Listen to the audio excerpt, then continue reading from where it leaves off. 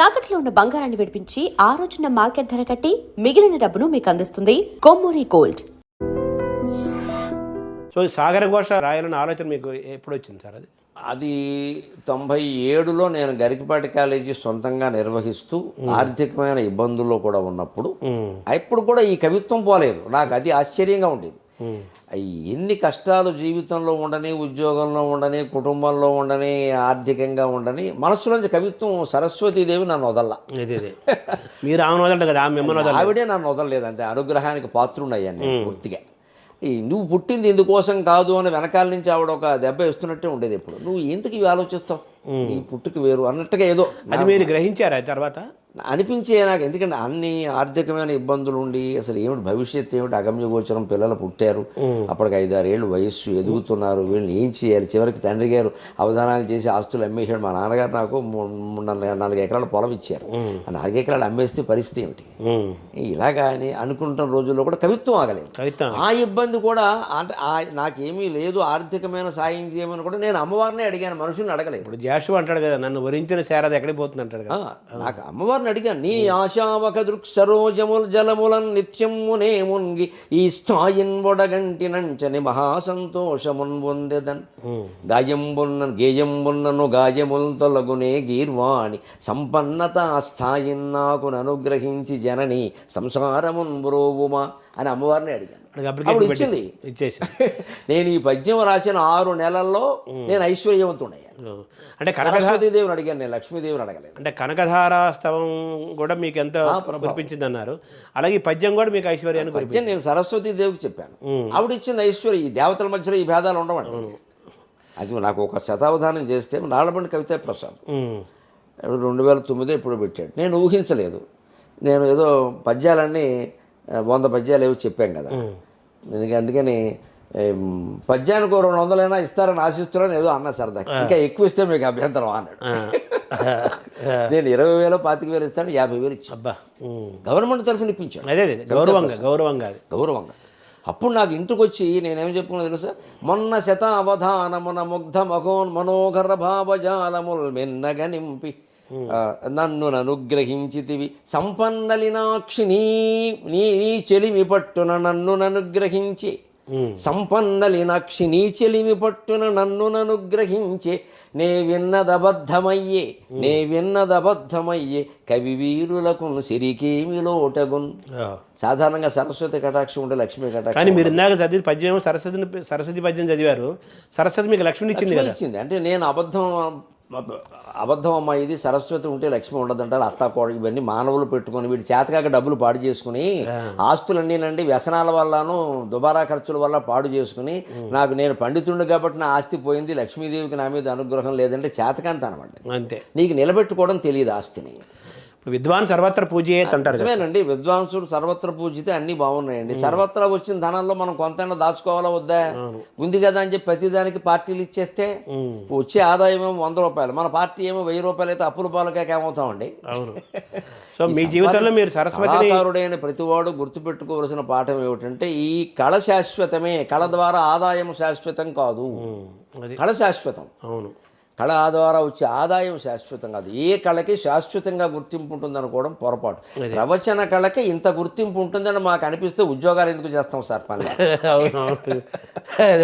ఇంత ఉద్యోగం చేస్తే 15,000 వచ్చింది ఆ రోజుల్లో, మానేసిన రోజుల్లో కూడా 2008లో. ఇప్పుడు ఒక ప్రవచనం చెబితే ఇస్తున్నారు. చాలా మంది ఏమంటున్నారు, ఈ క్రికెట్కి డబ్బులు వస్తుంటే అదే క్రికెట్ నేర్చుకునే వాళ్ళం. అంతే కదా, అది ఏ కాలానికి దేనికి యోగం పడుతుందో మనం చెప్పాలి. ఎవరికి పడుతుందో కూడా చెప్పాలి. నన్ను లక్ష్మీదేవి చేత కూడా అనుగ్రహింపజేసింది మా పలుకులమ్మాయి సరస్వతి. ఆవిడ రికమెండేషన్ చేసింది, వీడి సంగతి చూసుకో. సో అలా సాగర ఘోష కావ్యం పుట్టుక అలా పుట్టుక ఏంటంటే ఇన్ని కష్టాల్లో నిజంగా ఉన్నప్పుడే నేను ఎవరో నందిగామ పడితే ఒక అవధానం చేసి వస్తుంటే అది కూడా విపరీతమైన శ్రమ. అవధానం ముగించుకుని ఆర్టీసీ బస్సులో విజయవాడ నుంచి కాకినాడ వరకు నిలబడొచ్చాను. 90 ఏళ్ళు. ఒక పక్క కాలేజీ కష్టాలు, తెల్లారితే మళ్ళీ కాలేజీ జీతాలు ఇచ్చుకోవాలి, ఎటు చూసినా కష్టాలే. అంతే. అక్కడ అవధానం, అక్కడ అది ఆగలేదు. నందిగామలో అద్భుతంగా 3 గంటలు నడిచింది అవధానం. వాళ్ళు ఇంకా వదలట్లేదు. నేను బస్సు ఎక్కాలని వచ్చాను, వాళ్ళు ఏదో కారులో దింపారు విజయవాడ. కాకినాడ దింపలేరు కదా అప్పట్లో. బస్సు ఎక్కాను, చోటు లేదు, నిలబడ్డాను. నిజంగా నా శ్రమని మర్చిపోవడానికి నేను కవిత్వాన్ని ఆశ్రయించాను. అప్పుడు ఎంతో కాలంగా అవధానాలు చేస్తుంటే కావ్యం రాయమని అడుగుతున్నారు. అద్దెపల్లి రామ్మోహన్ రావు గారు వాళ్ళు కావ్యం రాయి అంటే కావ్యమునేల వ్రాజరని కనబడుటన్నదే పాపమన్నటు అని ఏదో భావ్యముగాక ప్రశ్నలను వేయని ఏదో పద్యం అనుకున్నాం.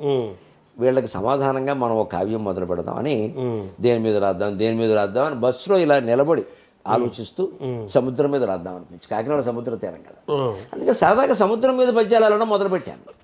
సముద్రం నాలో నేను కొనుక్కోవడం చూసి ఈ లోపు ఏదో సీటు ఖాళీ అయ్యింది, కూర్చున్నాను, నిద్ర వచ్చింది, కాసేపు పడుకున్నాను, పొద్దున్న దిగాను, ఇది సముద్రం మీద కావ్యం రాస్తే అలా ఉంటుంది అనుకున్నాను. అలా ప్రారంభమై ఆ కాకినాడ నుంచి విజయవాడ వచ్చేలోగా నిలబడిన సమయంలో 20 పద్యాలు వెళ్ళాను. కానీ క్రమశిక్షణ ఏంటంటే ఇన్ని నిద్ర లేకపోయినా సరే, కాలేజీ సమస్యలు ఉన్నా సరే, పాఠాలు చెప్పే పరిస్థితి ఉన్నా సరే, ఇంటికి రాగానే 20 పద్యాలు పుస్తకంలో రాసేసారు. ఒక్కటి కూడా వదలలేదు. వెంటనే ఎలాగో అలా ఖాళీ చేసుకుని అదే మొదటి నుంచి కాపాడిన క్రమశిక్షణ. అంటే మీ సాగర ఘోష కావ్యం పైన నండూరు రామ్మోహన్ రావు గారి విశ్వదర్శనం ప్రభావం ఉందంట. చాలా ఉంది నిజంగా. ఎందుకంటే నేను అంతకుముందు అది చదివిన గ్రంథాలు ప్రపంచ చరిత్రలో అన్ని దేశాల చరిత్రలో సంక్షిప్తంగా ఉన్నాయి, చదివా. విశ్వదర్శనం చదివా. ఆ కావ్యం మొదలు పెట్టడం అంటే ఇలా బస్సులో ఏదో జరిగిపోయింది, కానీ అంత తేలిగ్గా నడవలేదు ముందుకు. కావ్యం కదా అది ఒక 200 పద్యాలు అయ్యేసరికి ఆగిపోయింది. అంటే ఇతివృత్తం. ఇప్పుడు సముద్రం వర్ణన బాగానే ఉంది, సముద్రం దగ్గర నుంచి ఎలా తీసుకెళ్లాలంటే నేను మొదట అనుకున్నది ఏంటంటే 900 కిలోమీటర్లు ఆంధ్రప్రదేశ్ సముద్ర తీరం.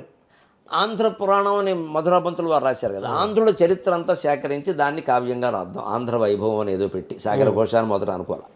దాన్ని సముద్ర వర్ణంతో మొదలు పెడదాం. సముద్రం దగ్గర ఒక కవి కూర్చుంటే సముద్రం వచ్చినట్టు చెప్పినట్టు, సముద్రం తరంగం వక్త, కవి శ్రోత, అలా చెప్పినట్టుగా ఆంధ్రదేశ్ తీరం అని మొదలు పెడితే అలా ఒక 100-200 పద్యాల వరకు ముందుకు వెళ్ళేసరికి విన్నవాళ్ళు రామబ్రహ్మం గారు, జొన్నవిత్తుల ఇలాంటి వాళ్ళు మన మిత్రులందరూ ఇది విశ్వకావ్యంగా ఉండాలండి, ఇలా ఉంటే అలాగా, ఈ సముద్రాన్ని మీరు కవిగా ప్రధాన పాత్ర చేశాక సముద్రం భూమండలం అంతా ఉంది కదా, అంటే మీ సొమ్మేం పోయింది మీరు చెబుతారా, నేను ఎక్కడ చేయాలి ఇవన్నీ అని చెప్పి నేను, అయినా సరే వాళ్ళు అన్నారు కదా అలాగే చేద్దాం అని ప్రపంచ చరిత్రలన్నీ తెప్పించి విశ్వదర్శనం చదివాను. అప్పుడు ఆ కావ్యం ఆపేశాను. అంతేకాదు ఇంకో పని కూడా చేశా. వాక్కు అకుంఠితంగా నడవాలి అంటే లలితా సహస్రం 3 పూట్ల పారాయణ చేయాలి, దాని ప్రభావం ఉంటుంది ఖచ్చితంగా, నేను అనుభవించి చెబుతున్నాను. అప్పుడు వాక్కు ఒకటి నడవడానికి, వాక్శుద్ధి కలగడానికి లలితా సహస్రం పారాయణ 3 పూట్ల కూడా చేస్తూ విశ్వదర్శనం చదువుతూ చేస్తే అప్పుడు నా అదృష్టం కొద్దీ ఇంకోటి జరిగింది. ఈనాడు పత్రికలో ఆ సహస్రాబ్ది ప్రారంభం మారడం, 2000 సంవత్సరం వస్తుంది, 99 మిలియన్ ఇయర్ అంటారు కదా, మిలియన్ ఇయర్. ఈ సహస్రాబ్ది మారడం కారణంగా ఈ 1000 ఏళ్లలో జరిగిన వైజ్ఞానిక ఆవిష్కరణలు, తాత్విక విషయాలు, సాహిత్యపరమైన రోజో వ్యాసం వచ్చాయి. అవి నాకు ఈనాడు పత్రిక వాళ్ళు పెట్టినప్పటి నుంచి చదవడం అలవాటు. అవును, మీరు మొత్తం మీ ఏదైనా పత్రిక జర్నలిస్ట్ కూడా ఎవరు చదవలేదు. అది 75లో ఎప్పుడో పెట్టారు, అప్పటి నుంచి నాకు అలవాటు. అప్పటి నుంచి ఇప్పుడు అలవాటు. భూభ్రమణం అని ఉండేది అందులో. అవును, ప్రపంచ వార్తలు. ఇప్పుడు లేదు. భూభ్రమణం నుండి ఏదో దేశంలో జరిగిన చిన్న సంఘటన ఇచ్చేవాడు. అది ఏదో పిల్లల బిస్కెట్ల గురించి దెబ్బలాడుకున్నది కూడా కావచ్చు, కానీ సరదాగా ఉండేది. టూకీగా ఒకటి ఇచ్చేవారు మొదటి పేజీ, చలోక్తి, అవి సరదాగా ఉండేవి, అవన్నీ చదివేవాడిని. దాంట్లో ఈ వైజ్ఞానిక ఆవిష్కరణలు ఎప్పుడైతే విస్తృతంగా వచ్చాయో నాకు వైజ్ఞానిక ఆవిష్కరణల గురించి ఒక ఆశ్వాసం రాయాలి ఇందులో. ఎడిసన్, గూటెన్బర్గ్, విసియలియస్, ఇలాగే ఏదో గెలీలియో, వీళ్ళందరి గురించి తలోపద్యమైనా రాయాలి, వాళ్ళు మహానుభావులు కదా. ఈ ప్లాట్ ఇలా పెరుగుతూ ఉండాలి. కావ్యం ఆపేసి నేను ఓ పక్క పారాయణ చేస్తూ 2 ఏండ్లు చదువంగబట్టెను జగద్వృత్తాంతముల్ లోతుగన్ 2 ఏండ్లు రచయింపబట్టెను 2 ఏండ్లు రచయింపబట్టెను జలార్తిన్ పద్యహస్తంబులన్ కుండెలుగాగబట్టి తిని జలార్తిన్ పద్యహస్తంబులన్ కుండలుగాగబట్టి తిని నీకు నావలెన్ ఆర్తిగలిగిన, మీకు కూడా నావలెన్ ఉంటే సలిలక్షుల్ని చూడుడి ప్రేమగా, మీకు నావలెన్ జాలిగా గుండెల్ మూల్గిన సలిలాక్షులు తాకుడి ప్రేమగా.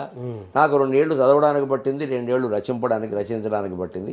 నాకు మళ్ళీ మీకు కూడా సముద్రంలో పడుతున్న కష్టాల మీద, మానవులు పడుతున్న కష్టాల మీద ప్రేమ, ఆసక్తి ఉంటే మీరు కూడా సముద్రపు కళ్ళు ఓసారి స్పృశించండి, ఆ కన్నీళ్ళ విలువ తెలుస్తుంది అని రాశాను ఖచ్చితంగా. నాకున్ మీ వలెం జాలి, మీకు నా వలెం జాలిగా గుండెలు మూలిగిన సలిలాక్షులు తాకుడి ప్రేమగా.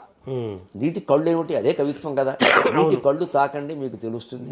మనకి కన్నీరు వస్తే నీరంటాం, వాళ్ళకి నీటి నిండా కన్నీరే ఉంది అని సముద్రం పడుతున్న కష్టాలు ప్రత్యేకం 8వ అధ్యాయంలో పూర్తిగా అధ్యాయం అంతా 108 పద్యాలు రాశారు. అంటే నండూరి రామారావు అలా విశ్వదర్శనం అప్పుడు చదివా. ఆయన నిష్పక్షపాతమైన తాత్విక రచయిత. ఆయన నాస్తికుడు, ఆయన కమ్యూనిస్ట్ కదా. అవును, దేవుడి మీద ఏం నమ్మకం లేదు. కానీ తత్వదర్శనం దగ్గర మాత్రం ఆయన పక్షపాతానికి పోలేదు. ఎక్కడ శంకరాచార్య గురించి రాసి విస్తృతంగా ఆయన ఒక 20-30 పేజీలు రాశాడు అచ్చులు. చివరి ఏమన్నాడో తెలుసా? మేము కమ్యూనిస్టులను దేవుడిని నమ్మం, కానీ ఎప్పుడైనా నమ్మవలసి వస్తే ఇదే నమ్ముతాం. శంకరుని నమ్ముతానండి అంటే అంత తార్కికంగా ఉంది అద్వైతం. లాజిక్ ఉంది. మేము ఎప్పుడైనా దేవుడిని నమ్మవలసి వస్తే ఇదే సిద్ధాంతం నమ్మేది, ఇంకేం నమ్మం. అంటే శంకరుని నమ్మినట్టే కదా. అంతే కదా. తార్కికంగా అద్వైతం తార్కికం. అవును, నాకు అక్కడ అద్వైతం పట్టేసి అప్పుడు నేను శంకరాచార్యకి అంకితం ఇవ్వాలని నిర్ణయించుకున్నాను. అవును, మీరు ప్రారంభంలో కూడా సౌందర్యలహరి చదువు మామూలు కవితా కేంద్రని ఇస్తారు. నేను ఇచ్చిందేమో ఆయన సన్యాసి అని చెప్పి కన్యాదానము చేసిడి ధన్యత చేకూరలేదు, తప్పదు కవితా కన్యాదానము చేసేద, సన్యాసికి పిల్లనిచ్చు సాహసమిది.